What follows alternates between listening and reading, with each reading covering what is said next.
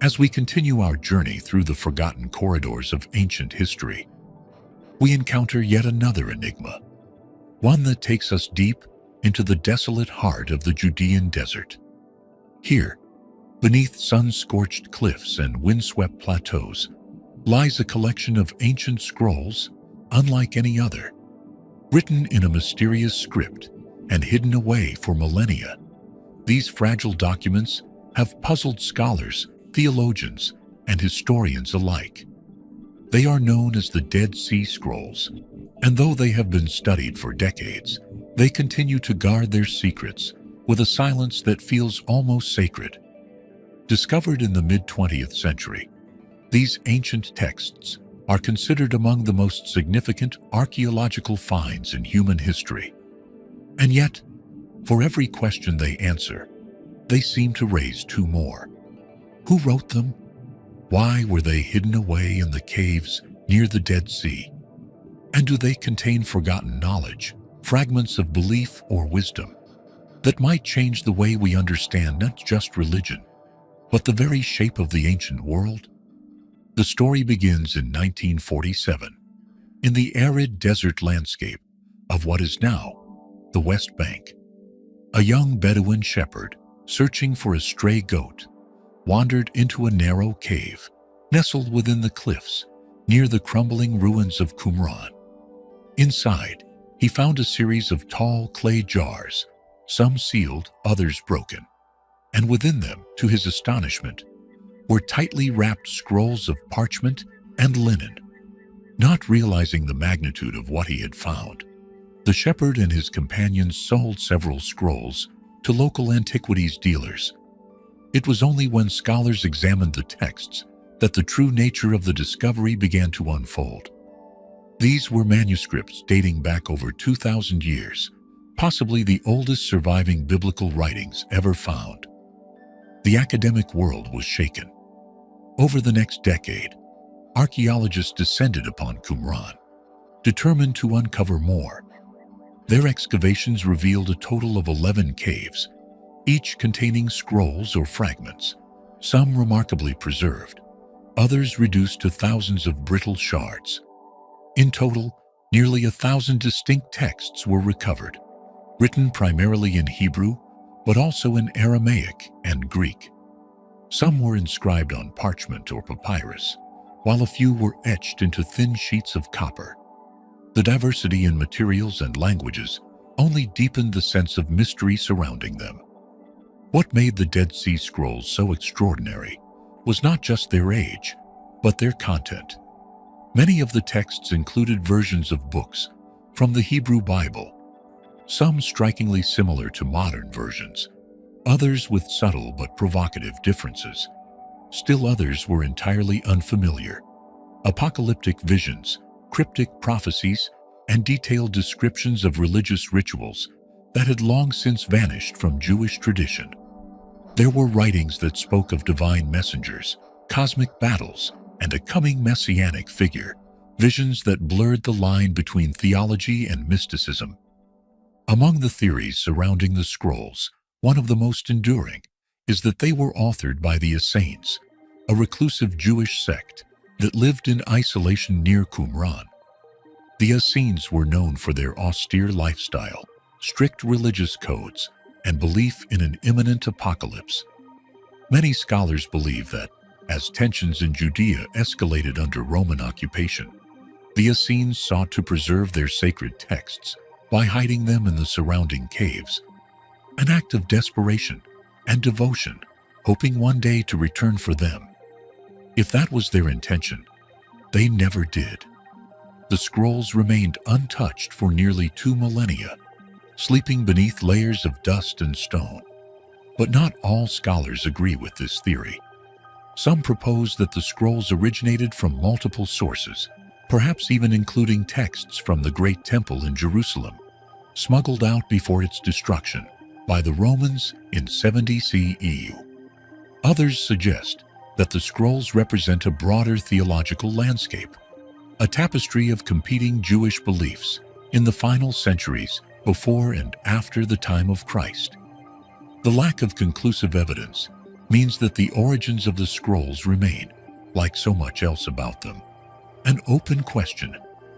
Yet beyond debates of authorship and provenance lies something far more compelling: the content of the scrolls themselves. Buried among familiar biblical passages are writings that speak of cosmic struggles between the forces of light and darkness, of angelic hosts clashing in unseen realms, and of prophetic figures who would lead the righteous in the final days. These are not merely religious teachings. They are visions, dreams, and warnings preserved against the erosion of time.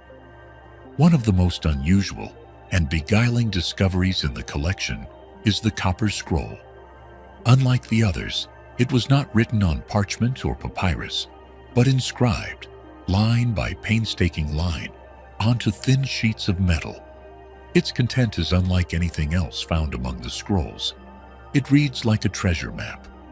The text lists dozens of secret locations where vast quantities of gold and silver are supposedly buried, hidden away in the wilderness of Judea. Some believe this treasure belonged to the Second Temple in Jerusalem, concealed before its destruction by Roman forces. Others think it may be allegorical, a metaphor for spiritual wealth. Despite numerous expeditions inspired by its clues, no treasure has ever been found. What makes the Dead Sea Scrolls so enduring, so magnetic, is the space they occupy between the tangible and the unknowable. They are undeniably real, written by human hands, on materials we can date and touch, but they carry with them the shadows of something larger. They hint at a forgotten chapter in the spiritual history of the world, a moment when ancient beliefs intertwined with mysticism, when warnings were written in secrecy, and when entire worldviews may have been hidden in caves to survive an uncertain future. Even now, the scrolls continue to offer surprises. In 2021, for the first time in over half a century, archaeologists uncovered new fragments of biblical texts in a cave near Qumran, proof that the desert still holds its secrets and that the story of the scrolls is not yet finished. As technology advances and as scholars return to these texts with fresh eyes and deeper context, new revelations may still await, buried in lines of faded ink or etched into ancient metal. For now, the Dead Sea Scrolls remain one of the most captivating and mysterious windows into the past ever discovered. They offer a glimpse into a lost world, a world of prophets, scribes, messianic dreams, and spiritual longing. A world that once was, and perhaps, in some sense, still is. And like so many of history's most enduring riddles, for every scroll that brings us closer to truth, another whispers of mysteries still beyond our grasp. The search for lost knowledge, it seems, is never truly over. We may never fully grasp the vastness of what ancient secrets have been erased by time. What truths were swallowed by war? What rituals faded into silence? Or what knowledge crumbled into dust before it could ever be passed on? But every so often, something unexpected survives. An object, unassuming yet strangely evocative, emerges from the earth, a relic that refuses to be explained. These enigmatic fragments from the past pose questions we are not equipped to answer, urging us to ask, what were they for? Who created them? And why, after all this time, do they still exist? One such mystery lies scattered across the lands once ruled by the Roman Empire. They are small, intricate, and perplexing. Artifacts that defy classification and resist understanding. Known today as the Roman dodecahedrons, these 12-sided hollow metal objects, crafted nearly 2,000 years ago, have confounded archaeologists, historians, and researchers for centuries. Found in fields, buried in ancient military encampments, and occasionally nestled in graves, they seem both purposeful and forgotten, deliberately made, yet entirely absent from the historical record. Each dodecahedron shares a basic design, a geometrically precise 12-faced shape, with each face containing a circular hole of varying diameter. Some are adorned with small knobs at the corners, while others remain smooth, typically made of bronze or brass. They range from 4 to 11 centimeters in diameter, and though they have been unearthed in dozens of locations across what is now France, Germany, Belgium, and the United Kingdom, no two are exactly alike. Their uniformity in concept and variance in detail suggests both a shared origin and an individual craftsmanship that hints at something more than mass-produced tools. And yet, in all the volumes of Roman literature that survive, in the meticulous records of Roman life, in the stone carvings, the legal texts, the treatises on architecture, war, philosophy, and engineering, not a single mention of these objects can be found. No Roman writer describes them. No artist depicts them. No surviving inscription hints at their function. It is as though they existed in a parallel silence, known intimately by some and intentionally concealed from others. This historical void has invited a cascade of theories, some practical, others fantastical, and all speculative. One of the more conventional suggestions is that these objects were tools of measurement, possibly used for gauging distances or angles in the fields of surveying or construction. The differing hole sizes some have proposed could have aided in optical calculations involving light or shadow. Yet such utility leaves behind little trace, and no evidence has yet surfaced to confirm such usage. Others have proposed that the dodecahedrons may have functioned as candle holders, though their open geometric design and lack of soot residue cast doubt on that idea. A more military-oriented hypothesis posits that they served as rangefinders for Roman artillery, helping soldiers calculate the trajectory of projectiles. But this too falters under scrutiny, as none of the objects have ever been found in direct association with Roman weapons or siege equipment. Perhaps the most fascinating and oddly plausible theory is that the dodecahedrons played a role in textile production. Some historians believe they may have been used in knitting, particularly in the crafting of gloves. The holes, varying in size, could have guided threads in precise configurations, and reconstructions have shown that some patterns can be replicated using them. But again, without any written record or corroborating artifacts, this theory remains little more than an educated guess. Beyond practical utility lies the realm of ritual and belief. A number of these objects have been found near ancient temples or in areas known for religious activity, prompting some scholars to speculate that they may have held ceremonial or symbolic significance. Were they instruments of divination, used like dice to cast omens or guide spiritual decisions? Could they have been part of esoteric rituals known only to certain cults or secretive societies within Roman life? The lack of uniformity in design and their absence from mainstream Roman iconography only deepens the intrigue. Even more curious is the discovery that some dodecahedrons were seemingly constructed with high-quality craftsmanship, including one rare example found in the Netherlands, made not of bronze or brass, but of gold. This suggests that at least some of these objects may have held elevated status, perhaps as symbols of prestige or sacred offerings. Why then would such richly crafted artifacts disappear so completely from the Roman historical narrative? Why would something apparently meaningful be so utterly omitted from the record?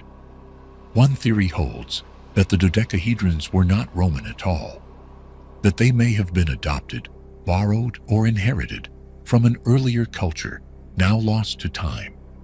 If that is true, then their purpose may have already been obscure by the time Roman scribes began their work. Others suggest that their function was deliberately kept secret, passed only among select individuals or members of a guild or priesthood. never intended to be shared widely or recorded for posterity. Modern researchers have attempted to reconstruct and experiment with replicas of the dodecahedrons. Some have tested astronomical applications, measuring sunlight through the holes to determine seasons or track celestial movements. Others have continued the textile theory, using them as guides for weaving complex patterns. But none of these experiments have yielded conclusive answers, and the mystery remains as open and unresolvable as the hollow centers of the objects themselves. Perhaps the most haunting aspect of the Roman dodecahedrons is not just that we don't know what they were, but that they appear to have left no legacy.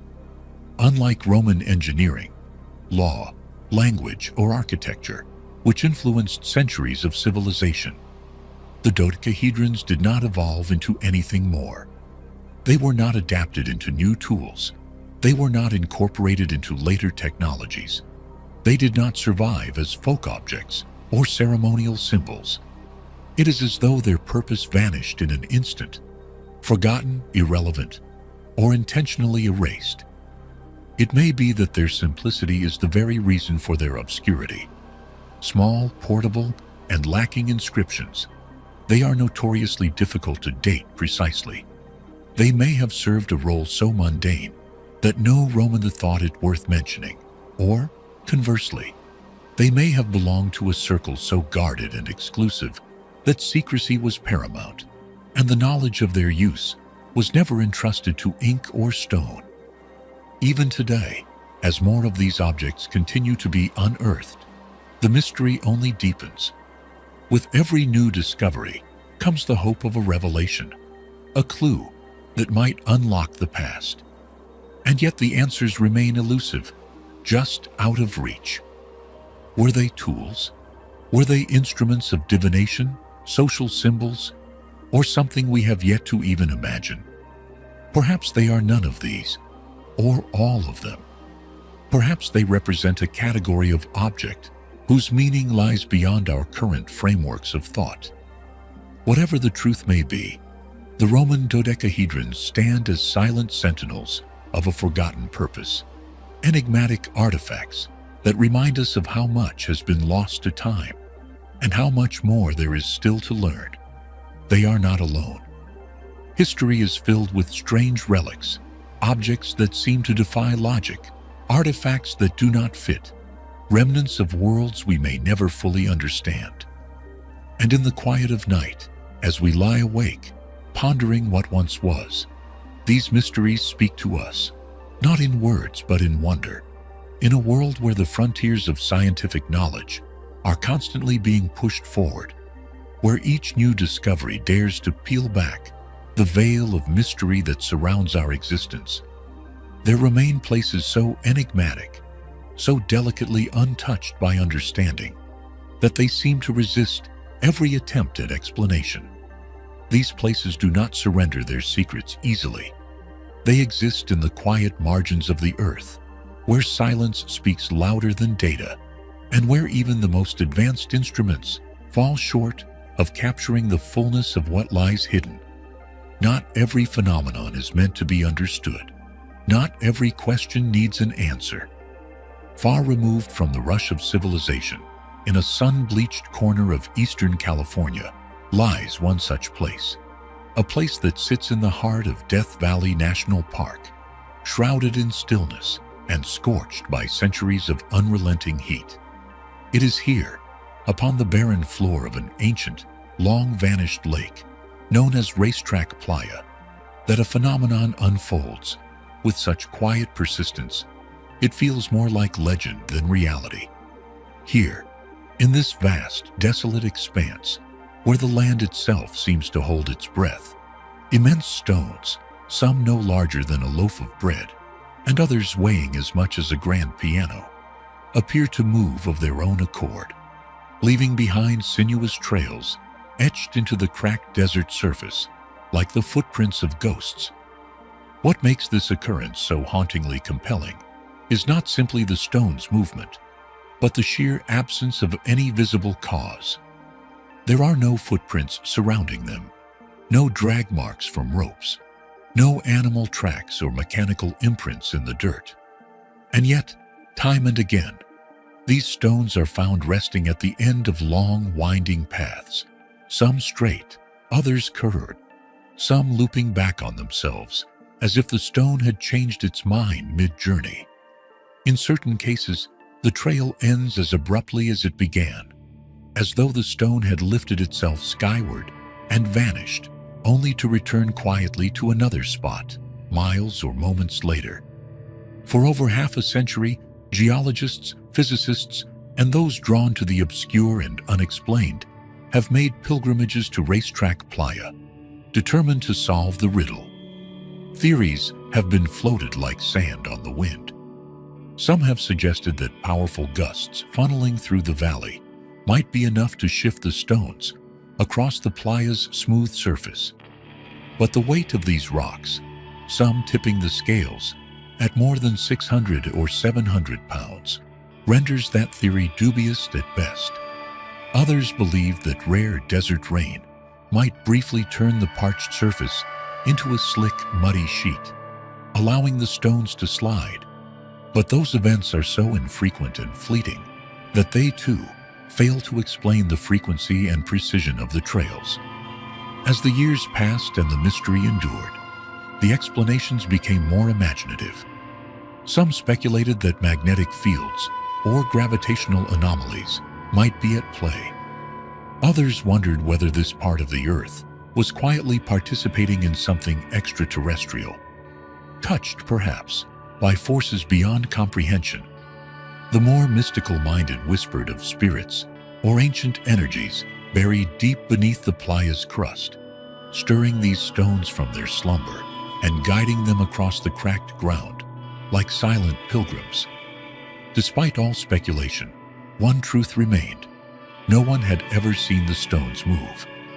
That changed in the winter of 2014, when a patient and persistent team of researchers finally caught the phenomenon in the act. Through the use of time-lapse photography, motion sensors, and an unwavering dedication to observation, they recorded the stones gliding ever so slowly across the playa's surface, moved not by magic or mystery, but by an exquisite balance of natural elements. On rare nights, when the desert received just the right amount of rain, a shallow pool of water would form over the dry lake bed. As nighttime temperatures dropped below freezing, that water would solidify into a thin, brittle sheet of ice, encasing the rocks. Then, with the warmth of the morning sun, the ice would begin to crack and fragment into large floating panels. These panels, driven gently by light breezes, would carry the rocks across the softened surface, carving slow, graceful trails into the clay below. It was not a forceful process. It was not something one could witness with the naked eye in real time. The movement was imperceptible, centimeter by centimeter, hour by hour, day by day, until eventually the trail emerged behind the stone, unmistakable and profound. And yet, even with this long-awaited explanation, questions persist. Why do only some stones move, while others nearby remain untouched for years? Why do certain trails stretch for dozens of yards, while others end in mere inches? And perhaps most intriguingly, how long has this natural choreography played out, unseen by human eyes, beneath the scorching sun and under a canopy of desert stars? There is something deeply moving in the quiet drama of the sailing stones, something that speaks not just to our curiosity, but to our yearning for wonder in a world increasingly defined by certainty and control. These stones, indifferent to our questions, continue their slow pilgrimage across the playa, guided not by intention, but by chance and the whisper of wind on ice. They are a reminder that not all mysteries must be solved to be appreciated, that sometimes beauty lies in the not knowing.